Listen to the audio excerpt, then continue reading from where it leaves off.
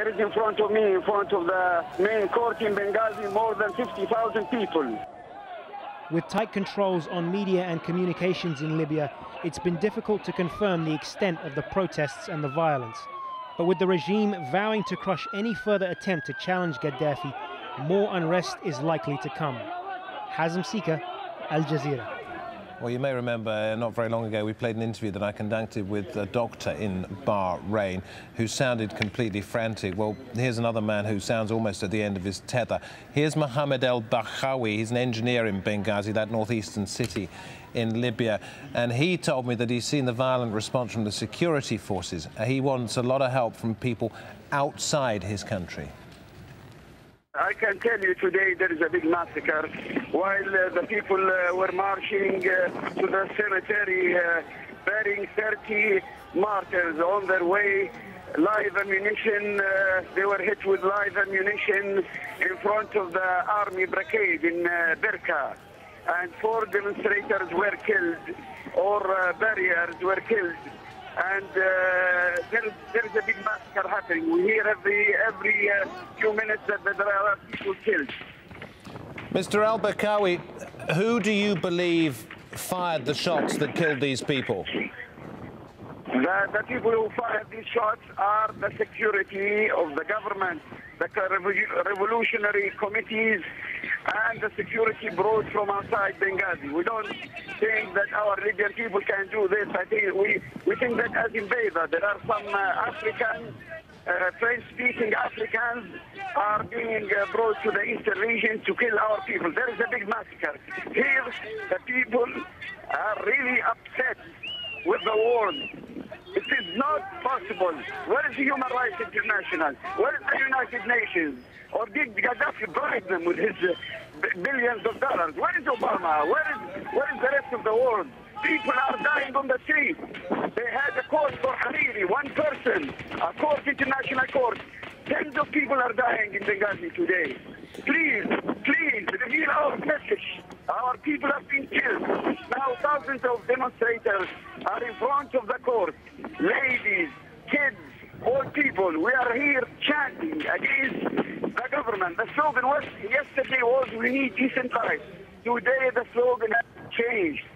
We don't want Gaddafi anymore. This is the new slogan.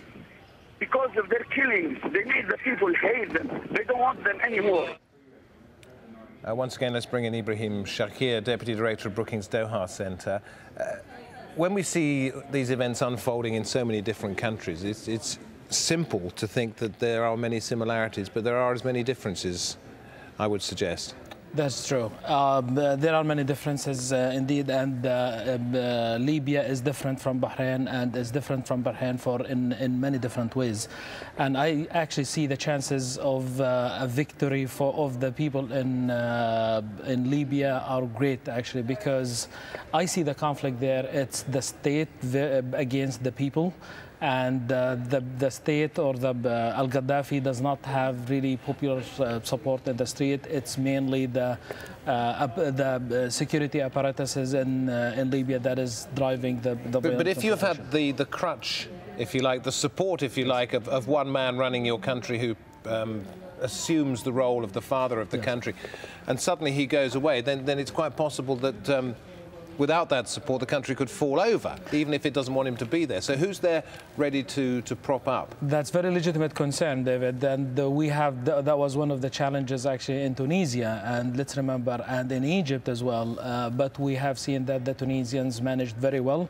There was a crisis for almost a week after the departure of Zain al-Abidine Ben Ali.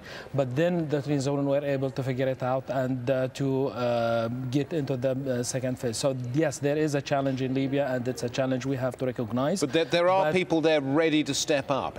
There are people there that in different organizations. Libya has educated people as well. They have the people in the diaspora. They can all join in, and there can always be some sort of a transitional government, even like what's happening in Egypt now. But let me ask you this, because the difference, as I've seen it so far, between Libya and any of the other countries where there have been uprisings is that an arm of the government, if you like, the revolutionary committees, who support entirely Colonel Gaddafi, have said outright, you carry on doing this and we're going to kill you. Which means that, you know, these people, they continue to risk that possibility. That is true, and we should expect to see more violence, because what is happening now, I can assure you, this is something that will bring in more violence and more protests in the street, because violence and the crackdown on the protesters that's done by the government, by the Gaddafi and the Revolutionary Committee, can only bring more violence to the street, and other people will join, because we will have now new issues are adding to the conflict.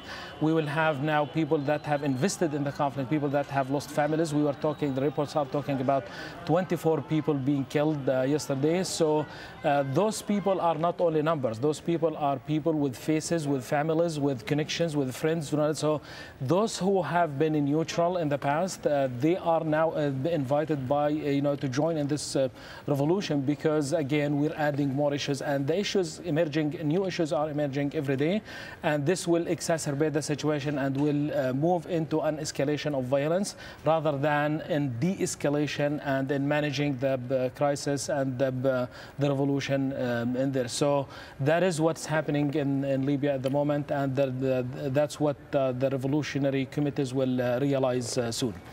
Thank you very much indeed, Ibrahim Shakir, from the Brookings or Doha Brookings Centre. I'm not sure. Apologies if I got that the wrong way round. I know somebody who's going to get it right. That's Imran Khan telling us what's happening in cyberspace.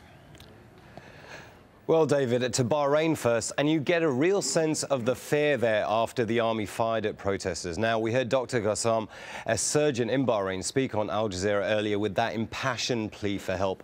Well, his words have echoed through cyberspace, a lot of people using the website Twitter and quoting him. Shel Manag says, Dr. Ghassan from Salamania, now on AJ English, says the number of deaths is uncountable. We can't even recognize them. Those are innocent people. And on the subject of the shootings, Esperanza82 says, I used to think it was a minority. Went to Pearl and saw for myself. Did you? Talk's not limited to one sect. Nothing justifies live ammo. And Hadil Alsh says, hundreds at Salamania Hospital chanting anti-monarchy slogans. Now, we've just got this dramatic footage, which is dropped on YouTube. It allegedly shows the moment the army opened fire on protesters in Bahrain. They scatter with fear there as the barrage of bullets continues. Now, it's been really tough getting a sense of what's happening in Libya. There's no real freedom there for the media, and the government seems determined to keep a lid on things. But word is getting out on those sporadic but growing demonstrations. Now, these are eyewitness reports that we can't independently verify, but they do correlate with what we've heard on the web desk. Shabab Libya has a plea. The situation in Bayda is still critical. Very low on supplies. Please continue to alert media and aid agencies to Bayda. And Libyan Bent Bladi with this. Protesters are saying there's no going back anymore. They have nothing else to lose. And from outside of Libya, this plea for a Libyan